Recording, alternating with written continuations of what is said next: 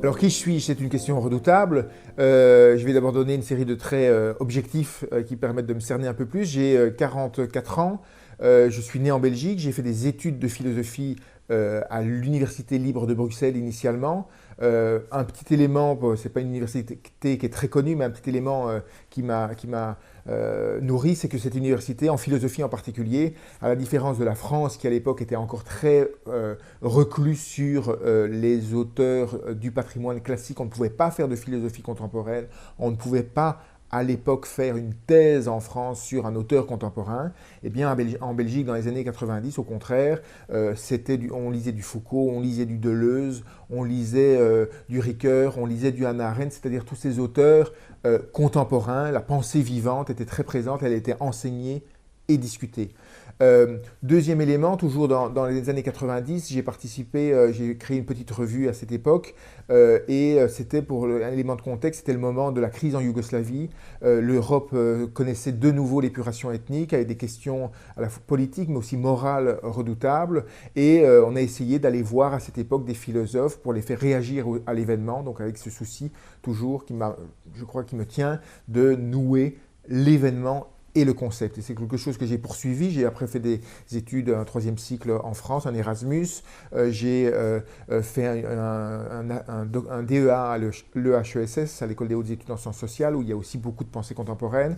Et puis j'ai fait commencé un doctorat avec Miguel Abinsour, qui est aussi un auteur, un philosophe, qui a à la fois une culture infinie sur les auteurs du XXe siècle, Hannah Arendt, l'école de Francfort, mais qui a le souci de faire résonner ces auteurs par rapport à l'événement, par rapport à notre vie, par rapport à notre actualité.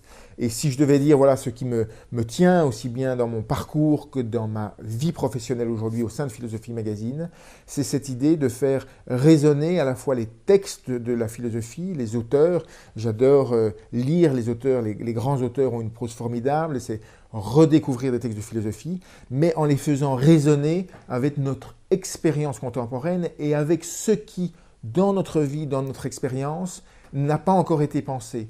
Et c'est toujours très étrange de se dire que, et c'est pourtant le miracle de la philosophie, me semble-t-il, moi c'est ce qui me tient à la philosophie, c'est que des pensées qui ont été formées dans la modernité, mais même du Platon qui était formé il y a 2000 ans, ça peut éclairer ce qui est impensé en notre temps. Et cette rencontre, qui est un peu miraculeuse, puisqu'on demande à des penseurs et à des concepts d'éclairer ce qui est à la pointe de notre monde et qui est censé ne pas encore avoir été pensé, cette rencontre génère la pensée. Et je dirais, c'est ce que moi j'essaie de faire, aussi bien Philosophique Magazine, mais j'ai aussi créé une ou deux petites collections dans le monde de l'édition, dont l'une s'appelait Actualité de la philosophie. Eh bien, c'était aussi cela. Je demandais à des philosophes contemporains ou à des écrivains d'essayer de se saisir d'un concept ou d'un penseur contemporain pour éclairer notre temps présent. Je crois que c'est Hannah Arendt qui disait que la pensée, si elle ne se vit pas à l'épreuve de l'événement, elle devient une référence morte qui tourne sur elle-même. Et je dois dire que c'est souvent un peu ce qui me revient, moi, du monde de l'université, qui est un peu enfermée sur ces références mortes, dont elle a la culture, certes précise, mais tant si elle ne fait pas l'effort de se coltiner avec le dehors, avec l'impensé, avec l'événement, à mon avis, elle meurt.